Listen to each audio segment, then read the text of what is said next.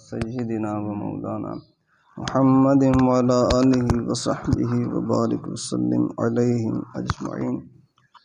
محتشم سامعین، ایک دو دن قبل میں نے زکوٰۃ کے حوالے سے ایک ترتیب بتائی تھی، وہ شاید بات مکمل نہیں تھی ہوئی۔ تو جو شخص زکوٰۃ نکالنا چاہے، میں نے عرض کیا تھا اپنی چیزوں کا شیڈیول بنائے، ترتیب سے لکھے، سونے کی قیمت، چاندی کی قیمت، پھر جو نقدی ان کے پاس ہے اور جو مال تجارت ہے، یعنی ان کی دکان میں اور فیکٹری کارخانے میں جو مال موجود ہے اس کی مالیت، ان چار چیزوں کی مالیت لکھیں۔ اور پھر وہ پیسے، وہ قرض جو آپ نے لوگوں سے لینا ہے اس کو بھی اس کے اندر لکھیں۔ اس میں ایک چیز یہ بھی علماء نے توجہ دلائی ہے کہ بعض دفعہ لوگ کمیٹی ڈالتے ہیں۔ اب بعض لوگوں کی کمیٹی 5 لاکھ کی ہے، بعض کی 10 لاکھ کی ہے، اس میں ہم پیسے دیتے چلے جاتے ہیں۔ اب ہماری کمیٹی 1 یا 2 سال کے بعد نکلنی، اب وہ سال ڈیڑھ کے اندر 2 کے اندر ہمارے جو پیسے کمیٹی کے جمع ہوئے ہیں وہ بھی ہمارے ہی پیسے ہیں۔ اس چیز کی طرف عموماً ہماری توجہ نہیں جاتی۔ تو وہ جو کمیٹی کے 1.5 لاکھ 50,000 ہم نے جمع کروائے ہوئے ہیں وہ بھی ہمارے پیسے ہیں، اس کے ہم مالک ہیں، جب چاہیں لے سکتے ہیں۔ تو وہ پیسے بھی اس کے اندر ایڈ کریں۔ اب مکمل رقم جمع کریں، اس پہ 40واں حصہ ہم نے دینا ہے، یعنی جس کو آسان لفظوں میں ہم 2.5% کہتے ہیں، 100 میں سے 2.5 روپے۔ تو اس ترتیب سے اس کو تقسیم کریں، جو زکوٰۃ بنتی ہے وہ بخوشی اللہ کی رضا کے لیے کسی غریب تک پہنچا دیں۔ اور دوسری اس میں ایک چیز یہ بھی علماء نے لکھی کہ بعض دفعہ تو قرض ہم نے دوسروں سے لینا ہوتا ہے، بعض دفعہ قرض دینا ہوتا ہے، ہم خود مقروض ہوتے ہیں، بعض غریب بھی امیر بھی۔ تو وہ جو قرض ہم نے دینا ہے اس قرض کو اس ٹوٹل رقم میں سے مائنس کر لیں، اس کے بعد جو پیسے آپ کے بچیں گے اس پہ آپ کی زکوٰۃ ہوگی۔ دوسری بات تھی کہ مصارف زکوٰۃ، یہ زکوٰۃ ہم نے دینی کس کو ہے؟ تو اس کو علماء نے لکھا، سورہ توبہ کے اندر اللہ کریم کا ارشاد موجود ہے، آیت نمبر 60 میں، انما الصدقات للفقراء والمساکین والعاملین علیہا والمؤلفۃ قلوبہم وفی الرقاب والغارمین وفی سبیل اللہ وابن السبیل۔ 8 طرح کے لوگوں کا اللہ نے ذکر فرمایا ہے۔ تو چند چیزیں اس میں سمجھنے والی ہیں۔ سب سے پہلے ذکر کیا فقراء کا، کہ بھئی تم اپنی زکوٰۃ کا مال یا صدقات جو ہیں فقراء کو دے سکتے ہو۔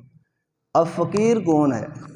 اس کی تعریف علماء نے لکھی کہ ایسا شخص کہ جس کے پاس کھانے پینے کے لیے موجود ہے، گزر بسر ہو رہا ہے اس کا، لیکن اتنا نہیں ہے کہ اس پر زکوٰۃ واجب ہوتی ہو۔ اب فی زمانہ جو ہے زکوٰۃ کتنے پہ کم از کم واجب ہے؟ چاندی کا نصاب لیں تو میں نے عرض کیا تھا 80-90 ہزار کے آگے پیچھے۔ اب جس کے پاس اتنے پیسے موجود ہیں اس پہ زکوٰۃ واجب ہے، جس کے پاس اس سے کم ہیں اور پورا سال اتنے جمع نہیں ہوتے اس کے پاس، تو وہ بندہ فقیر ہے شرعی اعتبار سے، اس کو فقیر شمار کیا جائے گا۔ اب ایسے بندے کو ہم زکوٰۃ دے سکتے ہیں، جو 80-90 ہزار کا مالک نہیں ہے، وہ شرعاً فقیر ہے، اس کو ہم زکوٰۃ دے سکتے ہیں۔ ہمارے معاشرے میں عموماً یہ ہوتا ہے کہ کسی فرد کا ذکر کیا جائے، بھی فلاں گھر غریب ہے، اس کے عیال زیادہ ہیں، بچے زیادہ ہیں، گزر بسر بڑا مشکل ہوتا ہے، لہذا زکوٰۃ کا مال اسے دیتے ہیں۔ تو ساتھ والا بولتا ہے، یار وہ تو منڈا کماندا ہے، وہ پیو بھی کام کرتا ہے، منڈا بھی کام کرتا ہے، انہوں نے تو نہیں لگتی۔ بھائی اس میں یہ نہیں دیکھنا کہ کتنے لوگ کام کرتے ہیں، یہ دیکھنا ہے کہ ان کا گزر بسر کیسے ہو رہا ہے، کیا شرعاً ان پر زکوٰۃ واجب ہو رہی ہے یا نہیں ہو رہی۔ اگر زکوٰۃ واجب نہیں ہو رہی، اگرچہ 10 بندے کما رہے ہیں، وہ فقیر ہیں، ان کو آپ زکوٰۃ دے سکتے ہیں، ان کو زکوٰۃ دیں گے تو شرعاً آپ کی زکوٰۃ ادا ہو جائے گی۔ تو ان چیزوں کی طرف بھی ذرا توجہ کی ضرورت ہے۔ بعض لوگ سفید پوش ہوتے ہیں، وہ نام نہیں لیتے کسی کے سامنے، لیکن گزر بسر بڑی مشکل سے ہو رہا ہوتا ہے ان کا۔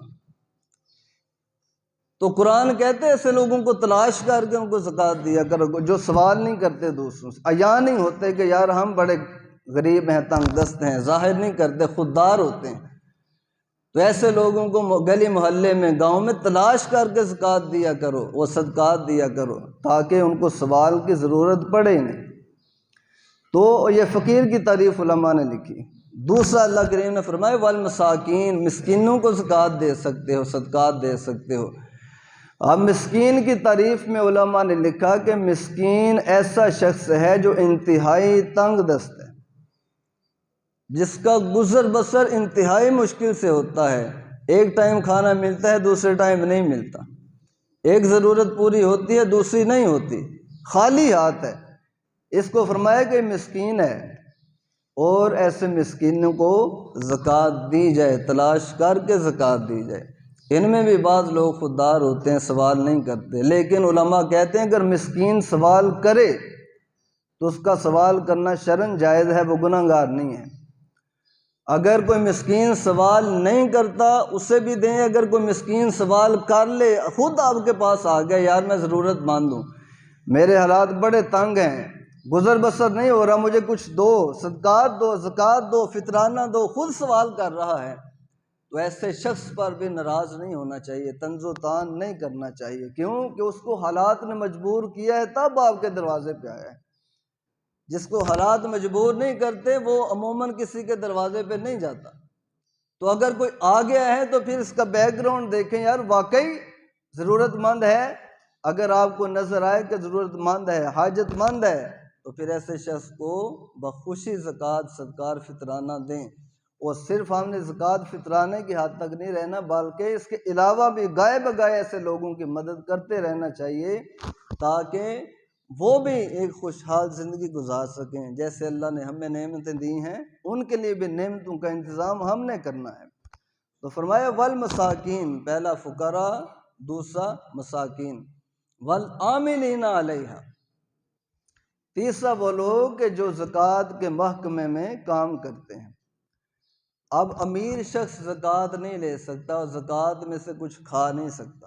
امیر شخص جو ہے، جو شرم فقیر نہیں ہے، وہ زکوٰۃ لے نہیں سکتا، اس میں سے کچھ استعمال نہیں کر سکتا۔ لیکن یہاں اللہ کریم نے اجازت دی کہ اگر زکوٰۃ کے محکمے میں کوئی امیر شخص بھی کام کرتا ہے تو وہ اپنی تنخواہ اس میں سے لے سکتا ہے جو اس کے لیے مقرر کی گئی ہے۔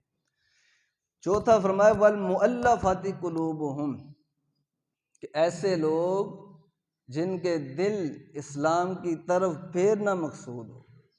اب اس میں دو طرح کے لوگ علماء نے بیان کیے ہیں، ایک غیر مسلم اور دوسرے مسلمان۔ اب غیر مسلم ایسے لوگ کہ جن کے بارے میں ہمیں یقین ہے کہ وہ رغبت رکھتے ہیں اسلام کی طرف، اور ہمیں یقین ہے کہ اگر ہم ان کے ساتھ تعاون کریں گے، مالی اعتبار سے ان کے لیے کچھ آسانیاں کریں گے، تو یہ اسلام سے متاثر ہوں گے اور اسلام قبول کر لیں گے۔ تو ایسے لوگوں کے بارے میں قرآن پاک نے اجازت دی کہ آپ ان کو زکوٰۃ کا مال دیں، تاکہ ان کے دل میں ترغیب پیدا ہو، اسلام کی محبت پیدا ہو، وہ کہیں اسلام بڑا اچھا دین ہے اور اسلام کے اندر آ جائیں۔ آپ کے اس مال سے اگر وہ اسلام کے اندر آ گئے تو گویا کہ وہ جہنم سے آزاد ہو گئے، اور جہنم سے آزادی کی طرف آئے ہیں اسلام قبول کر کے۔ تو ایسے لوگ جو رغبت رکھتے ہیں، غیر مسلم ہیں، اسلام کی رغبت اور محبت رکھتے ہیں، ان کو آپ زکوٰۃ کا مال دے سکتے ہیں۔ لیکن اس کے علاوہ جو غیر مسلم ہیں ان کو زکوٰۃ نہیں دے سکتے۔ اگر گلی محلے میں آپ نے کسی غیر مسلم کو زکوٰۃ دی جو اسلام سے پیار نہیں کرتا، تو آپ کی زکوٰۃ ادا نہیں ہوگی۔ تو غیر مسلم کو زکوٰۃ نہیں دے سکتے۔ ایسا غیر مسلم جس کے بارے میں یقین ہے، اسلام کی طرف رغبت رکھتا ہے، اسے دے سکتے ہیں۔ اور دوسرا علماء نے لکھا کہ ایسے مسلمان جو ہیں تو مسلمان، لیکن ہم ان کو کہتے ہیں نام کے مسلمان، اپنے اسلام میں اور ایمان میں کمزور ہیں، ڈاما ڈول ہیں، خود کو کہتے مسلمان ہیں لیکن اسلام کی رغبت نہیں ہے، محبت نہیں ہے، اسلامی تعلیمات پر عمل نہیں کرتے۔ تو ایسے مسلمانوں کو آپ زکوٰۃ دیں، ان پہ آپ پیسے لگا کر ان کو آہستہ آہستہ اپنے قریب کریں، اسلام کے قریب کریں، تو اگر آپ کے مال سے ان کے اندر اسلام کی محبت پیدا ہو جاتی ہے اور وہ اسلامی تعلیمات پر عمل پیرا ہو جاتے ہیں تو پھر ایسے لوگوں کو بھی آپ زکوٰۃ کا مال دے سکتے ہیں۔ آقا علیہ الصلوۃ والسلام کے دور اقدس میں ایسا ہوتا تھا کہ بعض لوگ نئے نئے جو مسلمان ہوتے تھے تو کبھی آقا علیہ الصلوۃ والسلام نے صدقات تقسیم کرنے ہوتے، مال غنیمت تقسیم کرنا ہوتا، تو وہ لوگ جو نئے مسلمان ہوئے تھے ان کو آپ زیادہ دیتے تھے۔ اور اس کی وجہ کیا تھی؟ وجہ یہ تھی کہ اسلام کے اندر پکے ہو جائیں، پختہ ہو جائیں۔ تو بطور ترغیب ایسے لوگوں کو بھی زکوٰۃ کا مال دیا جا سکتا ہے۔ 4 مصارف میں نے عرض کیے ہیں، 4 رہتے ہیں، وہ کل انشاءاللہ اللہ نے توفیق دی تو عرض کروں گا۔ اللہ کی بارگاہ میں عرض کرتے ہیں کہ اللہ تعالی ہمیں دین سمجھ کر عمل کی توفیق عطا فرمائے، آمین۔ جزاکم اللہ خیر۔